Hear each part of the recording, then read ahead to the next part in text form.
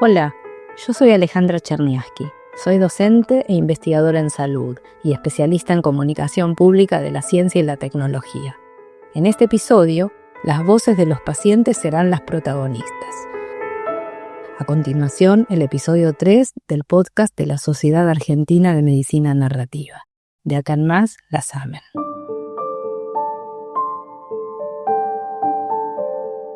Cuando uno está enfermo y tiene un diagnóstico grave, que lo que te pisa los talones son la muerte, es cuando me parece más tenemos que tener estas decisiones compartidas. Los invito a revivir la segunda edición de las jornadas organizadas por la SAMEN en julio de 2025. En estas jornadas, Gustavo Kuzminski coordinó un conversatorio al que llamamos La Voz de los Pacientes. Yo soy Gustavo Kuzminski, soy médico hematólogo, miembro de la Sociedad de Medicina Narrativa y siempre me ha interesado reflexionar sobre el vínculo entre pacientes y médicos, saliendo un poco de la cuestión, llamémosla tradicional, de pacientes que hablan y cuentan cómo fue la trayectoria de su enfermedad, sino de tratar de encontrar pacientes que puedan, a partir del hecho de haberse convertido en pacientes, generar algo que va más allá. Creo que esto se plasmó un poco en el Ateneo que hemos hecho sobre los usos de lo literario, en donde hubo un paciente que justamente en su actividad como doctor en letras dio una visión muy interesante. Gustavo menciona el Ateneo de mayo de 2025 organizado por la SAMEN. En ese Ateneo mantuvo un diálogo con Francisco Helman Constantí, en su doble condición de paciente y académico, que se centró en el uso de lo literario en la escena médica. Un problema transversal que aparece en esa relación entre lo literario y la medicina tiene que ver con el problema de identificación. En el evento literario hay una serie de niveles que tienen que ver con la diferencia técnica entre autor, narrador, personajes, como niveles de sujetos muy distintos que según qué escritura sea, se identifican entre sí o no. Se produce esa diferencia entre quien escribe, quien habla, quien es narrado, narrada, y también otro nivel, en el mismo nivel que el autor en un sentido, quien lee. Es decir, la posibilidad de que se pueda identificar distintos planos o no, o que diverjan, está en el centro de ese desbarajuste que es la literatura. La identificación justamente es la infraestructura psíquica de la empatía. Digo, es aquella capacidad de identificarse lo que hace que la empatía sea posible o no.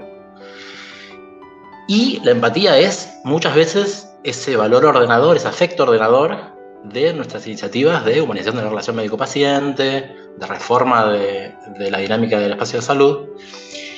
Entonces, lo literario puede ser una herramienta interesante para pensar en profundidad, discutir, tomar ciertas precauciones en relación con ese evento tan particular que es la identificación.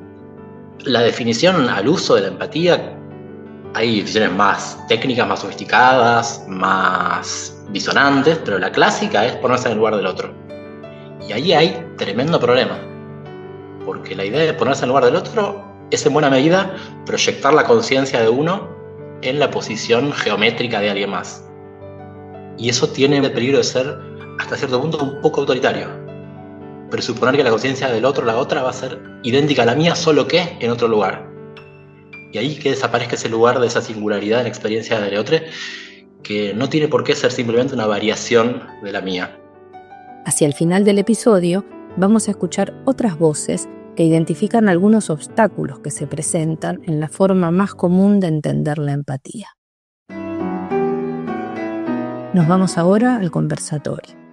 La mayoría de nosotros conoce a Martín Caparrós, el periodista, escritor de ensayos y de política. Caparrós es una persona muy presente y muy crítica de la realidad. En los días previos a nuestra segunda jornada, Martín Caparrós había sido distinguido con el mayor título que otorga la Universidad de Buenos Aires, el título de doctor honoris causa. Gustavo nos cuenta a continuación cómo y por qué se contactaron. Martín Caparrós ha sido diagnosticado hace no mucho de esclerosis lateral amiotrófica. Y a partir de ahí, Martín Caparrós hizo un libro que se llama Antes que nada, que es una suerte de memorias de su vida, pero en ese libro él puso 14 entradas, llamémoslas así, más que capítulos, en donde hace reflexiones sobre la enfermedad. Cuando yo leí eso, quedé como muy impactado por ese testimonio, es muy descarnado, y pensé que me gustaría hablar con él. Le tiré el anzuelo con una anécdota y me respondió, y eso dio inicio a una serie de encuentros que hemos tenido por Zoom y que planeamos seguir teniendo.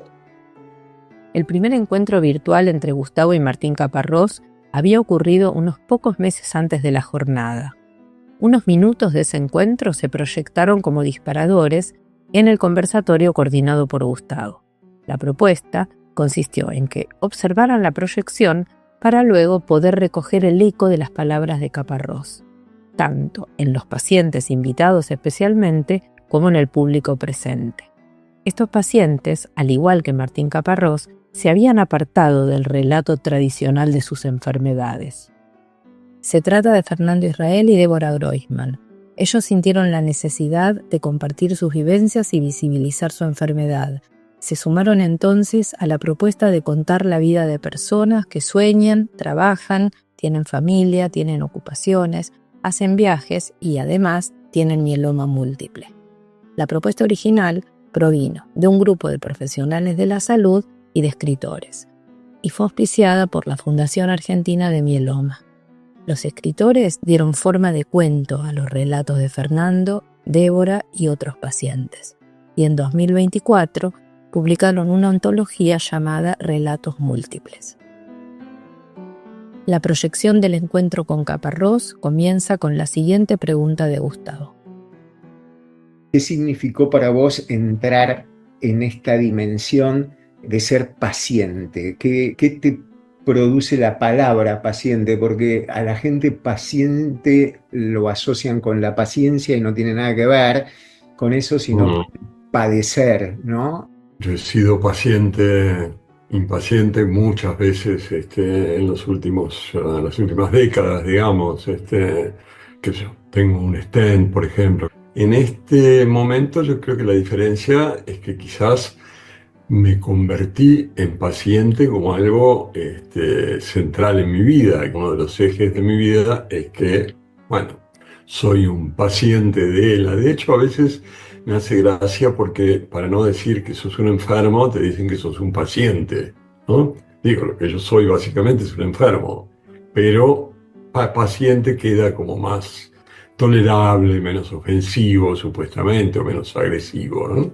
La calidad de paciente ha tomado un espacio mucho mayor y lo que supone es que hay muchas cosas para las cuales dependo de gente, o sea, médicos básicamente, a los que muchas veces no conozco, no sé quiénes son, cómo son, etcétera, etcétera. Hay como una especie de, ¿cómo diría?, de doxa, digamos, de idea según la cual un médico es una persona confiable, ¿no? Creo que ustedes han conseguido instalar esa idea. Generalmente los médicos o la corporación médica tiene, digo culturalmente, una tradición de una jerarquía de dioses. Escuchamos a Coca Trigini. Ella es docente, escritora y además es paciente. Son los que saben, son los que pueden, son los que o salvan mi vida o condenan mi vida, y no hacen ninguna de las dos cosas. Pero como pacientes lo sabemos. Me acuerdo que hace mucho escribí un artículo que se llamaba 33, porque estaba escribiendo artículos sobre todos los números del 1 al 99, y el 33 lo dediqué a los médicos, y decía que el DIGA 33, que ya ha quedado un poco atrás, es como la prueba más estúpida del poder médico. Porque si alguien me dice DIGA 33, yo digo 33. Quiero decir, puedo decir 34 y no va a pasar nada, pero todos hemos dicho siempre 33 porque creíamos que ahí había algo que, bueno, era eficaz de alguna manera, ¿no? Entonces hay una relación tan desigual y sobre todo esto de, yo creo que lo decía al principio del libro, que este señor, este joven practicante, digamos, este joven médico que me dice algo espantoso. Martín Caparrós se refiere al libro Antes que nada, que mencionó Gustavo. Yo digo, yo no sé cómo voy a seguir, cómo va a seguir o algo así, pero digo, sí, yo sé cómo va a seguir él, quiero decir, en 5 minutos va a llamar a otro y en 15 a otro y así sucesivamente. El que no sé cómo va a seguir soy yo. Nosotros nos vamos después de ver ese paciente a casa, pero nos vamos con algo, no nos vamos vacíos. Siempre nos queda algo. Carmen de Cunto es médica pediatra, especialista en reumatología. Hizo enormes aportes a la construcción de la SAMEN desde sus comienzos. Uno se lleva algo de ese encuentro. A veces uno queda profundamente conmovido por ese encuentro y creo que luego de muchos años de práctica, lo que yo puedo decir es que la conmoción sigue igual, pero he aprendido a que no me dañe. Hay una desproporción y diferencia en esa situación médico-paciente aterradora. Quiero decir, alguno tiene todo el poder y ninguna consecuencia. El otro no tiene casi ningún poder y todas las consecuencias. Carlos Tájer quiere hacer un comentario. Carlos es médico cardiólogo y es el actual presidente de la SAMEN. Por más que nosotros hablemos de asimetrías en el sentido de que somos dos seres humanos que compartimos, que tenemos que respetar, que el otro tiene su historia y su vida, nosotros tenemos un rol, estamos trabajando, nos está pidiendo el paciente, doctor, ¿qué opina usted? Tenemos una responsabilidad. Bien. Y por otro lado, también vamos a volver a nuestra vida dentro de un rato, no puede ser de otra manera. Conozco muchos periodistas que ponen una coma entre el sujeto y el verbo y trabajan y hacen su vida y nadie los, nadie los encarcela por eso. Así que debe haber muchos médicos que también pongan comas entre el sujeto y el verbo. Digo, no tengo por qué pensar que la media de los médicos es exageradamente más inteligente que la media de, por ejemplo, los periodistas que yo conozco, que son los que yo conozco, quiero decir. Entonces, pero la diferencia radical es que a un médico uno se entrega de una manera en la que no se entrega a casi ningún otro profesional. Y ahí quedas, bueno, muy atado de pies y manos, confiando en un señor que puede que sepa, seguramente está bien intencionado, pero que tiene en sus manos tu vida, ¿no? Me parece que el trasfondo emocional de lo que está planteando Caparrós es el profundo enojo con su enfermedad, no con los médicos. Y yo creo también que haciendo narrativa y interpretando este discurso, frente a ese enojo, también hay una forma que el médico que lo atiende puede conversar con él y pescar ese enojo y tratar de ayudarlo o darle una mayor potencia dentro de lo posible. Elizabeth Gotthelf es licenciada en Ciencias de la Educación. Es narradora oral y escritora en formación. Le decimos Eli.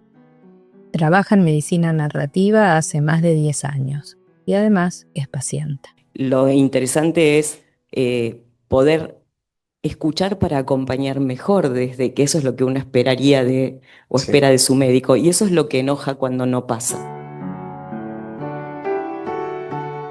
Hemos escuchado la voz de un paciente como Martín Caparrós, y de pronto a veces uno se encuentra con un pensador que hace otra cosa. Por ejemplo, hay un texto muy interesante de Roberto Bolaño, un escritor chileno maravilloso, que en un librito que se llama El gaucho insufrible, él escribe un pequeño ensayo al final que se llama Literatura más enfermedad igual enfermedad. En Bolaño coexistieron la escritura y la enfermedad.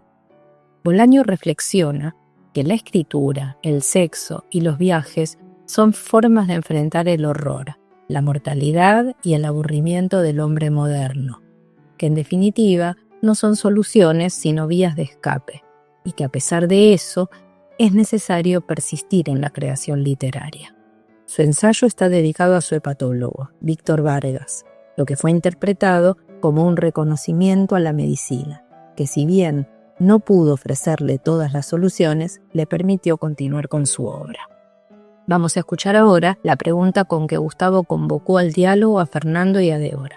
¿Qué piensan sobre esta cuestión del ser pacientes y lo que de alguna forma plantea Caparrós de que la asimetría es insalvable? Obviamente en base a cosas que a ustedes les han pasado, ¿no?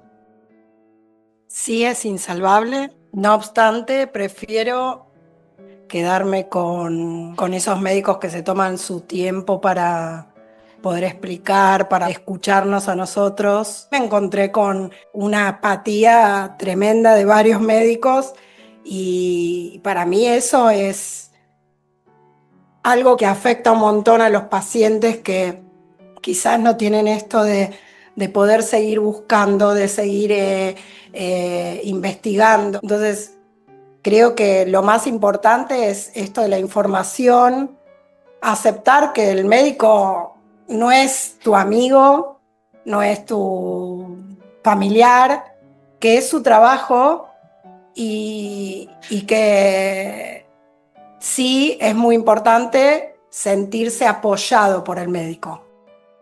Joaquín Aberbach habla a continuación. Él es médico clínico y miembro de la SAMEN. La enfermedad es una experiencia de soledad, en realidad, ¿no? Que es así. Ahora, transcurrirla con algún acompañamiento alivia de alguna manera, me parece. Fernando no tenía síntomas, pero por algunos indicios le habían aconsejado que visitara a un hematólogo. Después de 2 consultas y de varios estudios le dijeron: puede que tengas mieloma múltiple, puede que tengamos que hacer esto y esto. Y de la segunda a la tercera consulta pasaron 10 días. Y me armé un listado de 39 preguntas escritas. Y me fui a ver a mi hematóloga. Por suerte era el último turno que tenía, porque la consulta duró 2 horas y media. Entonces, si los médicos son empáticos o no son empáticos, la verdad que no lo sé. Algunos son más empáticos, otros son menos empáticos. El tema es que cuando el paciente lo necesita, puedan tomarse el tiempo de satisfacer nuestras necesidades. Las necesidades, en mi caso, de conocer, de saber. La verdad, yo me pongo muy ansioso si no sé. Por eso me aparecí con 39 preguntas y mi hematóloga cada vez que voy espera que abra una hoja o que abra el celular y que le lea las preguntas. Y sí elijo confiar. De eso no tengo ninguna duda, si no cambiaría de médico. Elijo confiar y elijo creer que lo que me está diciendo es lo que considera que es lo mejor que me va a hacer. Sí, yo creo que lo que decía al principio, esa asimetría es una asimetría del deseo, en principio, porque el médico desea estar ahí, se ha formado para estar ahí, y el paciente no desea estar ahí. Entonces esa asimetría es un punto de partida en donde después, como lo señala un poco el propio Caparrós, ahí hay una cuestión de poder, en donde eso tal vez sí es salvable. Joaquín es enfático. Hay una asimetría de conocimientos y demás, pero no debiera haber una asimetría de poder. En mucho de lo que dijo no estoy de acuerdo. Caparrós plantea que la relación, y lo decía Débora recién, debería ser más de pares. Y no somos pares. Ustedes estudiaron años, se formaron, y a nosotros nos tocó. Caparrós no está diciendo que sea deseable lograr una paridad. Caparrós lo que está diciendo es que existe una asimetría y que esa asimetría es así, que no se puede modificar. Y no parece que él desee que haya otra cosa en ese plano, sino que pueda confiar, digamos. Él sí habla de la necesidad de generar un pacto de confianza. A mí me encantó lo que dice Caparrós. Escuchamos a Carlos Galarza. Carlos es médico hipertensólogo. Me hizo pensar lo que nunca pensé, que es la asincronicidad, no solamente la asimetría, sino que estamos en tiempos distintos. Parece que estamos en lo mismo, reunidos ahí por la situación, la enfermedad, la consulta, pero como bien dijo también Fernando, bueno, uno viene porque estudió, hizo la residencia, todo, y llegó ahí, y el otro viene porque le pasó una contingencia. A mí me sirve recordar que no estoy en la misma que el paciente, no sé. Me pareció un hallazgo a favor de que uno mismo se ubique y también tener conciencia que a veces nuestra posición es casi insostenible, digamos. Ese encuentro es súper delicado. Se puede pensar en esto desde la crítica que hizo Susan Sontag sobre la estigmatización de la enfermedad. La obra de Sontag fue una contribución importante a la literatura y a la filosofía del siglo XX. Eli nos recuerda una metáfora suya muy famosa. Ningún médico está exento de ser paciente alguna vez. De hecho, Susan Sontag decía que todos tenemos dos pasaportes, el bueno y el malo, el de los sanos y el de los enfermos, y aunque nos gusta usar el de los sanos, más de una vez, a nuestro pesar, tenemos que usar el de los enfermos.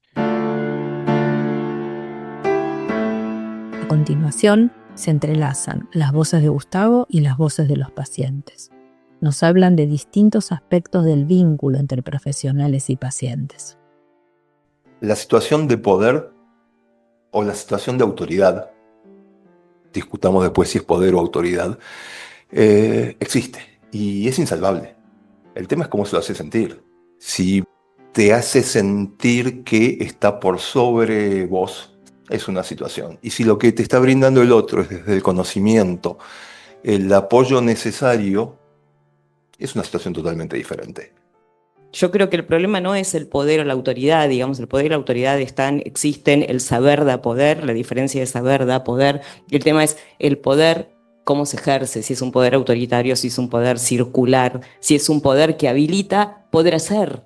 Sobre eso tenemos algunas cosas para decir, porque hay muchos modelos hoy en día en medicina que hablan de lo que se llama modelos de las decisiones médicas compartidas. Entonces eso es una forma de tal vez hacer que esa autoridad se exprese de una manera menos autoritaria.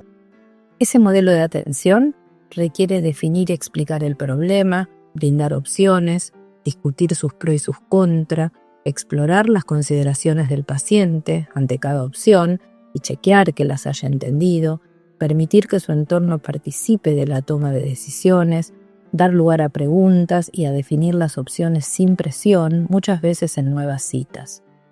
¿Por qué? Esto lo va a explicar Gustavo. Porque vos tenés un mieloma, ¿no? Y si vos pensás que la línea de tratamiento es una y solo una, porque te lo dijo un médico, estamos en un problema. Porque a partir de esa confianza, vos no lo vas a cuestionar, porque decís hay autoridad y hay poder, no me siento en condiciones, vos estudiaste y yo no. Estoy totalmente de acuerdo. Es más, yo a lo largo de estos 4 años y pico de mieloma, yo negocié un montón de cosas. Si no partís de esa base que el médico tiene una autoridad por conocimiento por sobre vos, creo que ahí como pacientes le erramos. La autoridad que te da el paciente es una autoridad de negociación, de poder conversar determinadas situaciones donde uno pueda aportar algo y entender que el otro al mismo tiempo sabe más que uno. Acabas de decir que el médico tiene una autoridad sobre vos. A mí no me gusta decir que tiene una autoridad sobre mí, soy paciente. Escuchamos a Coca. Me gusta decir que tiene un conocimiento al que yo no voy a llegar. Y él me puede hacer muchas propuestas. Y esta cuestión de las decisiones compartidas me parece que también nos hace como pacientes un poco responsables de las decisiones que tomamos. Porque tanto el médico como yo somos seres humanos. Ustedes saben cosas que nosotros no sabemos. Y que nosotros, aunque las sepamos, no podemos hacer ningún tipo de uso útil de eso que ustedes sí saben.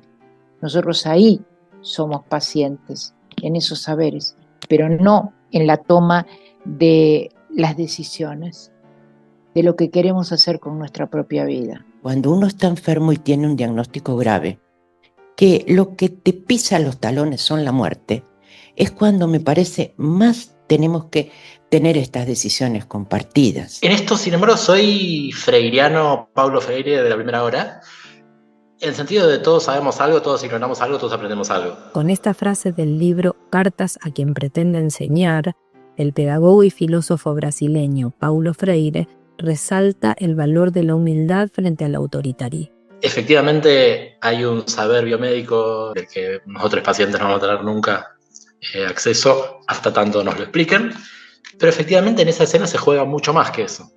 Y hay algo de nuestra experiencia de padecimiento o de bienestar o de felicidad que va a ser necesariamente parte de cualquier decisión clínica tomada lo más democráticamente posible que queramos. Entonces algo de ese entrejuego, lo jugoso, yo creo, de las preguntas que nos hacemos acá hoy, qué pasa en el encuentro de ese saber que va a ser diferente radicalmente en términos biomédicos entre médico y paciente, pero otra clase de otros saberes que son determinantes para esas decisiones, de los que vamos a saber muchísimo más los pacientes que cualquier médico, por curioso, atento, generoso que sea ese profesional, no vive dentro de nuestro cuerpo.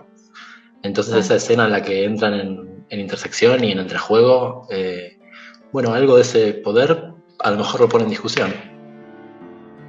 A lo largo de mi corta vida, todavía siempre resulta corta, he entrevistado a mucha gente, cientos, seguramente miles. Todo tipo de gente, ricos y poderosos, por supuesto, pero más que nada personas en situaciones difíciles, precarias, peligrosas. En cada una de esas entrevistas he tratado de acercarme al otro todo lo posible, de entenderlo, de empatizar con él o ella. Y muchas veces me parecía que lo conseguía, pero siempre me quedaba una punta de culpa y de distancia. Terminada la charla, yo volvería a ser un señor blanco acomodado que sabe que va a comer todos los días. Volvería a ser uno tan distinto. Esta es la primera vez que no. Hablo con mis iguales, con personas que sufren lo mismo que yo sufro y ellos lo saben y yo lo sé.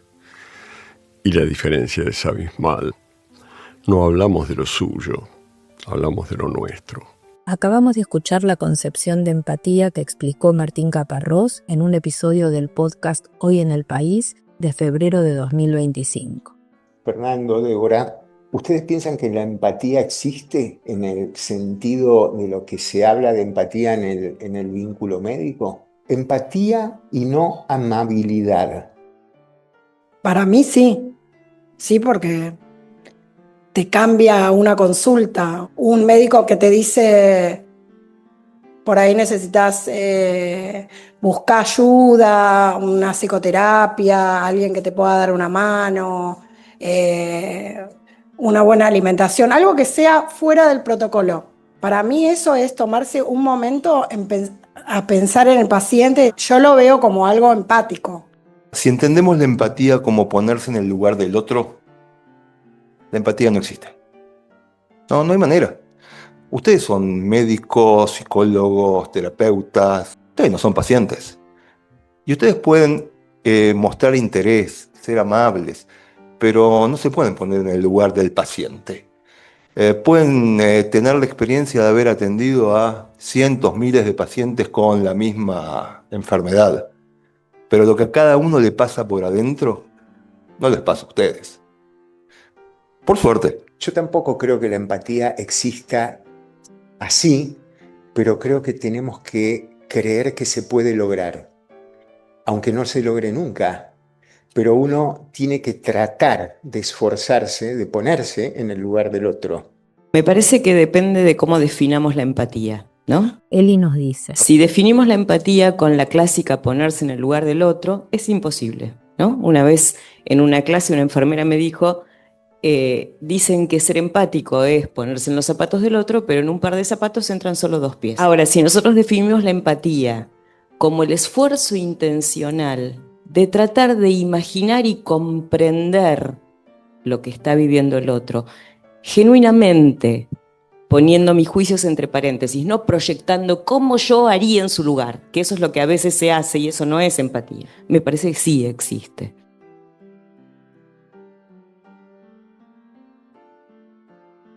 a la prudencia de Francisco cuando analizó la empatía al principio del episodio y las condiciones de posibilidad de empatía que expresa Martín Caparrós, agregamos la frase del libro Ante el dolor de los demás de Susan Sontag, que cito textual: no debería suponerse un nosotros cuando el tema es la mirada al dolor de los demás. Todo eso convierte esta conversación en un proceso de diálogo que no se agota. Agradecemos la colaboración del Laboratorio Gador para la producción de este podcast. La idea general, el guión, la producción y la narración son de Alejandra Cherniaski. El diseño sonoro es de Nehuense Oane. El diseño de tapa es de Martina Montes de Oca. Nos reencontramos en el próximo episodio.